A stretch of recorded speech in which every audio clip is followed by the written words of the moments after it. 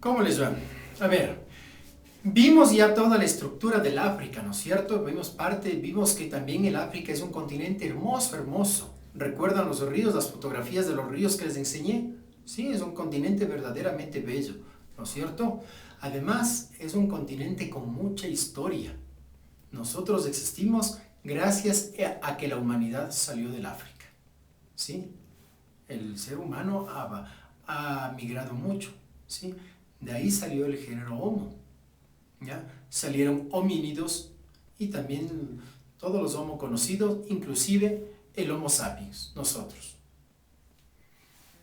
Vimos también que ahí fue la cuna de una gran civilización que fue Egipto, ¿no es cierto?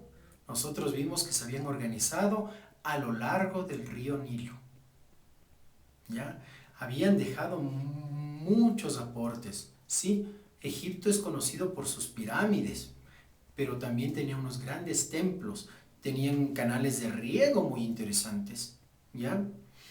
Tenían filosofía, tenían una escritura interesante, ¿sí? Vuelven a crear una escritura, ¿ya? Gracias a la escritura que va a desarrollarse en Egipto, la humanidad pasa a lo que es la historia.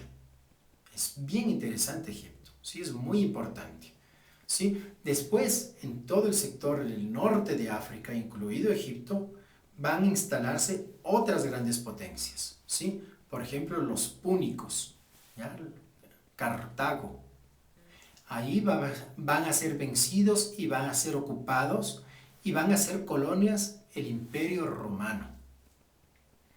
Antes del Imperio Romano y los púnicos estuvieron los griegos. Alejandro Magno en Egipto hace una gran biblioteca que es la Biblioteca de Alejandría, ¿sí? Hay mucha historia y unas cosas bien interesantes para leer ahí. Se habían organizado a lo largo del Nilo, entonces es una civilización fluvial. Y parte de sus aportes fue el conocimiento en medicina. Esto es interesante. Nosotros vivimos una pandemia, la pandemia por coronavirus, ¿no es cierto? El COVID-19, ¿sí? Es una neumonía producida por un coronavirus. En Egipto no existía todavía eso, pero en Egipto se desarrolló una plaga terrible. En la parte noreste del África, ¿sí? Donde está Egipto, se va a desarrollar una plaga de las más destructivas que ha tenido la humanidad, que es la plaga de la viruela. Parece que la viruela apareció aproximadamente por el año 10.000 antes de Cristo o antes de la era común, ¿sí? Al aparecer esta plaga, había aparecido en el ganado, ¿sí? Parece que en las ubres de las vacas, en algunas partes del ganado, es ser infectado con este virus de la viruela. ¿Sí? La viruela también se produce por un virus de tipo variola. De hecho, de ahí viene el nombre, ¿sí? Variola virus, viruela. La primera víctima de la cual hay un registro así completo, observado totalmente, donde se ve, ¿cómo se llama? Las huellas de la viruela, fue el faraón Ramsés V. Este es un faraón que gobernó por 4 años y se murió precisamente de viruela. La viruela no es una enfermedad curable, sin embargo fue erradicada totalmente del mundo gracias a la invención de la vacuna, ¿sí? Cuando aparece la vacuna de la viruela recién en el siglo XVIII. Pero antes no, entonces el azote de la viruela era terrible, ¿sí? Acá en América parece que diezmó terriblemente al Imperio Azteca, ¿ya? Y antes, mucho antes, en Egipto había causado también verdaderos estragos, ¿sí? En los ejércitos de Cartago, ¿sí? También había desbaratado ese ejército y posteriormente en Grecia y en Roma. En Grecia se le conoce como la plaga de Atenas, Ahí va a morir, precisamente enfermo de viruelas, el gobernante Pericles, que era un gobernante ateniense. Después en el Imperio Romano va a pasar una peste que se llamará la peste antonina. ¿Sí? Esta peste era una peste por viruela, ¿sí? O la peste de Marco Aurelio. Fue tan terrible esta plaga, esta peste, esta pandemia de viruela, que el Imperio Romano empezará su franca decadencia desde ahí. ¿Sí? Prácticamente serán el último tiempo del Imperio Romano. ¿Qué síntomas tenía? La gente cuando se enfermaba de viruela tenía problemas de dolor de espalda, tenía unas diarreas muy fuertes, ¿sí? Tenía sangrado fuerte. Estamos hablando que se infectaba por adentro, ¿sí? Comenzaba a infectarse, a tener unos problemas tóxicos desde dentro, ¿sí?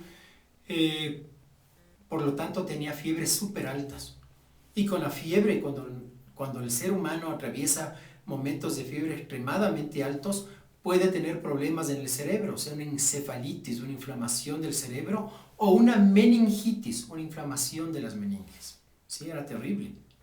Eso también produce unos delirios muy fuertes, o sea, la gente comienza a confundirse, a ver cosas más allá, sí empieza a delirar. Había malestar general, fatiga. Imagínense, lo más seguro es que llegaba a la muerte. ¿Ya? ¿Qué se hacía con la persona enferma? Se resolvió a lo largo de tiempo apartarle, sacarle, aislarle del resto de gente. Si es que la persona enferma tenía contacto con otra persona enferma, igual había que aislarle a la otra persona, ¿sí? Para ver qué es lo que pasaba. ¿Cómo se transmitía la viruela? Por gotículas, por gotas de saliva, o gotitas chiquitas, ¿sí? Por ejemplo, si es que yo hablo, ¿no es cierto? Tenemos aquí un vapor de agua que sentimos, esas son las gotículas de saliva. La persona enferma cuando hablaba, o cuando estornudaba, o cuando tosía, transmitía la enfermedad. Imagínense, si alguien que estaba enfermo de viruela comía algo y le compartía a su hijo, a su compañero, a su compañera, ¿no es cierto?, a su pareja, transmitía la enfermedad. ¿Cuál es el origen de esta enfermedad? Es un origen zoonótico, ¿no es cierto? Había aparecido en el ganado, ¿ya? La enfermedad ahora está erradicada totalmente. Tuvieron que pasar literalmente más de 4000 años para vencer a este virus. ¿Sí? Para eso hay un médico inglés que se llama Edward Jenner, que es el que va a crear, ¿sí? Con sus investigaciones, va a hacer la vacuna contra la viruela. Acá en las Américas llegó en el siglo XVIII también, justo, ¿sí? Edward Jenner hace la vacuna en el siglo XVIII y se manda a las Américas, que en esas épocas era colonia de España, de Inglaterra, ¿ya? Mandan a una sociedad filantrópica, precisamente con la vacuna. Era la única manera de detener. La enfermedad recién se erradica en los años 80, ¿sí? Hubo varios brotes después, ¿sí? Y se erradica en los años 80. Ustedes pueden preguntar a sus abuelitos, a sus familiares, tíos, papás, ¿sí? Sobre la viruela. Había gente que se enfermaba con eso. Dejaba huellas en el rostro, en la piel, ¿sí? Si había alguien que sobrevivía, terminaba con su piel marcada, ¿sí? Lleno de puntitos, lleno de agujeros, ¿no es cierto? Lleno de granitos, ¿sí? Toda la piel, ¿sí? Una enfermedad fea, fea, fea, fea, ¿ya? Y hasta ahí llegamos con la viruela, esta plaga que había empezado en el antiguo Egipto, ¿no es cierto? Ese Egipto tan sabio, en un continente tan lindo, y lastimosamente también se enferma como toda la humanidad. Ahora nosotros vivimos otra pandemia, que es la pandemia por coronavirus, ¿no es cierto? COVID-19. Hay gente que dice que esta enfermedad se creó en un laboratorio. No es verdad. Todas, todas las pruebas, absolutamente todas las pruebas indican, todos los estudios indican que el COVID-19 también es una enfermedad zoonótica, es decir, su origen es de origen animal. Fundamentalmente parece que todo guía hacia los pangolines malayos, ¿sí? Se han visto casos de transmisión por medio de dromedarios. El dromedario ¿cómo se llama? Es un camélido, ¿sí? Es primo del camello y son primos de las llamas que hay aquí en América, ¿sí? Hay algunos estudios recientes que hablan de mascotas, o sea, gatos, perros, que pueden transmitir esa enfermedad. Pero vamos a tranquilizarnos, ¿ya? Calmémonos ahí. Eso no quiere decir que usted tiene que botar a su perrito o a su gatito si lo tuviera, ¿no es cierto? Pero sí tiene que tener cuidados. ¿Cuáles son los cuidados? Agua y jabón. Lávese las manos. En Egipto, en las épocas antiguas, la gente no acostumbraba a lavarse las manos. ¿Sí? Lávese las manos.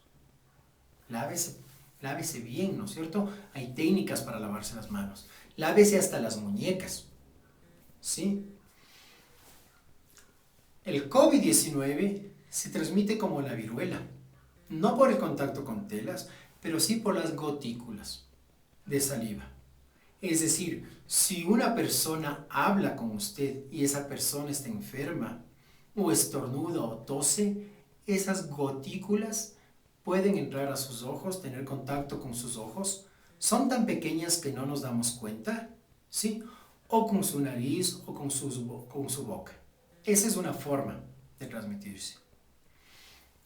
Si alguien, por ejemplo, tosió en una superficie y usted sin querer puso la mano ahí y luego se refregó los ojos o está comiendo algo y brinda a otra persona, puede transmitirse el virus. Por tal motivo, hay que lavarse las manos. ¿Sí? Hay que guardar distancia, ¿sí? Por lo menos 2 metros. Las gotículas de saliva no bajan tanto. Si tiene una mascota, no le acerque la carita al perro, ¿no es cierto? No le acerque la carita al gato, ¿ya? Si es que el gatito o el perrito le lamen las manos, láveselo luego, ¿sí? Evite que no acercarle la cara, porque aquí es un foco muy vulnerable de infección, ¿sí? Se puede vivir bien, piense eso. Lavarse las manos en las épocas del Antiguo Egipto, lavarse las manos en las épocas del COVID-19. A los enfermos de viruela había que aislarles. Confinamiento, aislamiento. A nosotros, para evitar contagiarnos, nos dicen, quédate en casa, aíslate, confinamiento. Es interesante que sea muy parecido, ¿no es cierto? ¿Ya? Ahora tenemos más ciencia. Imagínense en la época de Egipto, la gente pensaba que podía ser una enfermedad de los dioses,